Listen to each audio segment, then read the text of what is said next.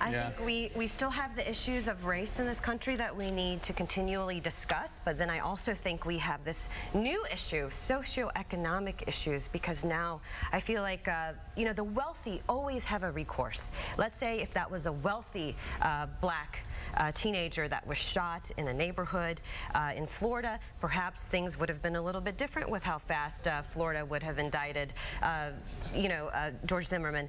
I think Martin Luther King Jr. would now be marching on socioeconomic issues as well, because the gap between the haves and the have-nots is basically destroying the American dream in this country. That was a march for jobs. Yes, it was. 50 years ago, that was not a race march, it was a march for jobs. I still think he would be marching on that even more so now, because the gap is growing between the rich and the poor. Voting Rights Act, too. Voting Rights Act passed in 1965. June of this year was weakened. So it's like when you think about, okay, have we made progress? And then 50 years later, they weakened the very same act that gave everybody the equal opportunity to vote. Now, the question that we also have to ask is whether it comes from ourselves, you know, as individuals, or from society. Because if you consider this, for instance, the Latinos are usually in the Little Village area, or Pilsen, or Humboldt Park. Do we segregate ourselves, or are we just victims of the society? Because we can talk all day long about how segregated, and this is not a melting pot, this is just like a salad with different compartments in the ingredients.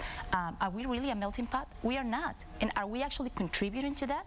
Maybe we are. Speaking to that, about whose responsibility it is, if you think about the civil rights movement, it was a youth movement. It was young people out there. You think about how old, you know, the great Dr. Martin Luther King Jr. was. He was, what, 34, 35 when he gave the speech? Representative John Lewis, when he spoke there, he was in his 20s. Jesse Johnson. Where are the young people? Well, when are we going to get up and start being upset about what's happening in this country? And I mentioned yesterday, when you saw the movie The Butler, I don't know if you guys have all seen it. I really do. Again, I recommend that you see it, even from a history perspective. But in the movie, the butler's son went to Fisk, which is a historically black university. But he just saw things so differently than his father, who worked in the White House as a butler for different administrations. But he turned out he wanted to be a freedom rider. You know, that's the ones who fought for their freedom and their rights, and they got on the bus and they bombed, the KKK bombed the bus.